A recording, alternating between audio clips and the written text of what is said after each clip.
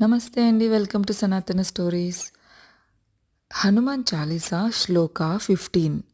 యమ కుబేర దిగపాల జహాతే కవి కోవిద కహి సకే కహాతే. యముడు కుబేరుడు దిక్పాలకులు అంటే దిక్కులకు అధిపతులైన దేవతలు. అటువంటి మహాశక్తులు కూడా హనుమంతుని మహిమను పూర్తిగా వివరించలేరు. అందువల్ల కవులు జ్ఞానులు అయిన వారు కూడా ఈయన వైభవాన్ని పూర్తిగా వర్ణించలేరట.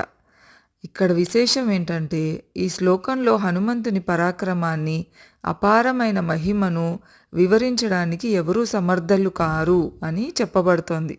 విశ్వాన్ని పాలించే దేవతలైన యముడు మృత్యుదేవుడు, కుబేరుడు సంపదల దేవుడు, దిక్పాలకులు వంటి వారు కూడా ఆయన వైభవాన్ని పూర్తిగా వర్ణించలేరు. ఇది హనుమంతుని అపారమైన దైవత్వానికి, అగ్నేయ శక్తికి గాఢమైన నమస్సు.